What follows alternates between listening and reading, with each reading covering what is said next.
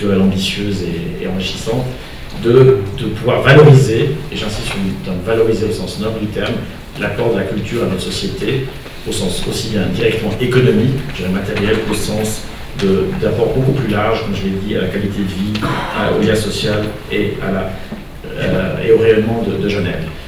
Aujourd'hui, on parle de toutes les formes de valeurs qu'apporte la culture à une société. Je veux dire, la culture, bien sûr, tout le monde sait que c'est important.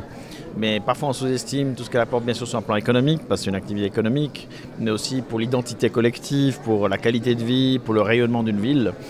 Et souvent, on voit la culture de ce qu'elle coûte, qu'on voit dans les budgets publics, et on ne réfléchit pas assez à tout ce qu'elle apporte sur tous les plans. Et c'était une occasion de parler de ça et de valoriser cet aspect-là à Genève. En plus, à Genève, on a cette chance d'avoir une très grande mixité culturelle. Donc on a quelque part une occasion exceptionnelle d'avoir des apports de sources très différentes, de cultures très différentes, linguistiques, d'origine, des régions. Et donc ça augmente notre potentiel d'avoir beaucoup de synergie et donc une créativité très forte sur la culture, pas seulement juste l'expression artistique, mais aussi toute l'activité que ça génère dans la cité, dans la ville, le lien entre les gens, entre des cultures différentes. Et donc effectivement, même si on le sait plus ou moins, j'ai entamé ce processus pour le mettre plus en valeur et le rendre plus visible. Le droit culturel, c'est d'abord ça. Ce droit a des références culturelles appropriées. Appropriées dans les deux sens du mot. C'est les miennes, je les reconnais, et appropriées, elles sont justes. Je peux dire qu'une référence culturelle est juste? Oui. Une référence culturelle qui permet de discriminer, comme on a vu dans le petit film. Une référence culturelle qui permet de tuer. Une référence culturelle qui dit elle est bon et les méchants, elle est perverse. Et donc là, cette approche, je vous disais, les droits de l'homme, c'est un seuil de liberté. Cette notion d'égalité, elle est là. Elle est un critère d'évaluation entre différentes interprétations. À Genève, ça n'avait jamais été posé de cette manière. Ce soir, on a d'ailleurs entendu que c'est fondamental de le poser en termes de droits culturels, qui sont aussi fondamentaux que tous les autres droits de l'homme. Et ça, c'est un discours important.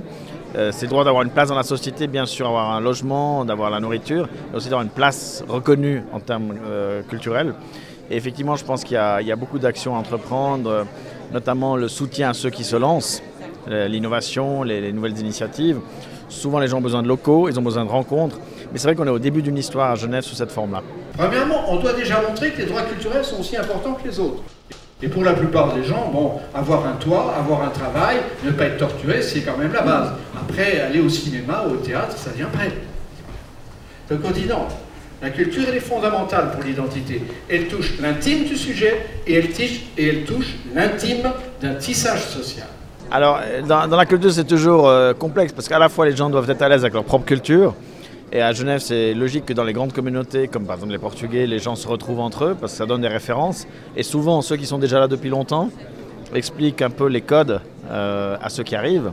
Et en même temps, tôt ou tard, ils s'intéressent à d'autres, à ce qui se passe à Genève, l'histoire de Genève ou les autres Suisses.